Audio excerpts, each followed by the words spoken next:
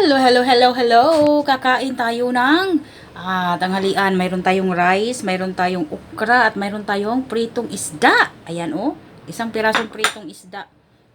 Ayan guys, at marami tayong gulay, adobong kangkong. Ayan, may adobong kangkong tayo na may kalabasa at mga sibuyas at lemongrass. For today's video, kakain tayo ng purong gulay na adobo guys, na maraming dahon ng kangkong. Ayan, let's eat everyone. At mayroon pa siyang sabaw. O, di ba?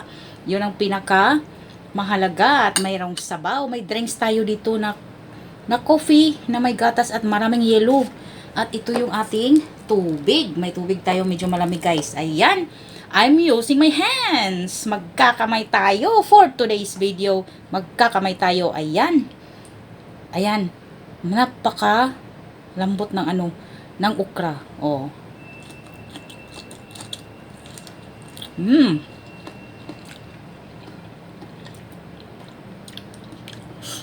Ang sarap. Ang lambot ng dahon ng Ang init. Diyos ko. Ang init talaga. Diba? Iniisip ko malunggay ba? Wala talagang malunggay dito guys. Kung mayroon man, nasa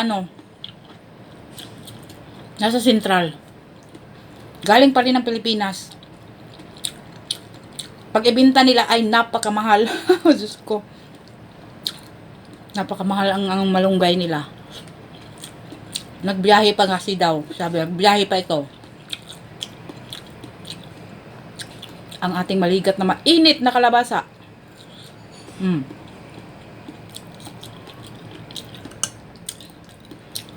Ang sarap talaga. Ang saya-saya, no?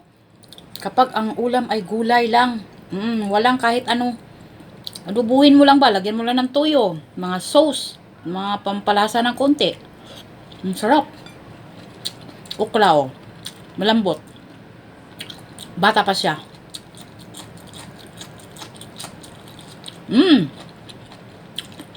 Nakain ko lahat. Pati yung kanyang pungango. Meron pa okra dito eh. Ayan, meron pa oh.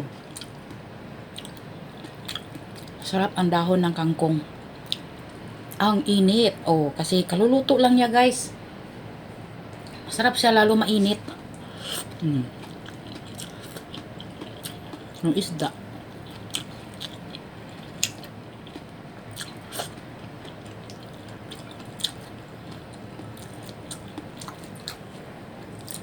Tubig.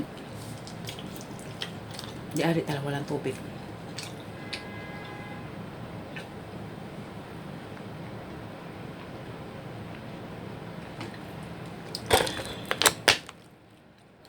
Thank you for watching guys. Itutuloy ko lang kasi mainit pa kasi siya. Maraming salamat po.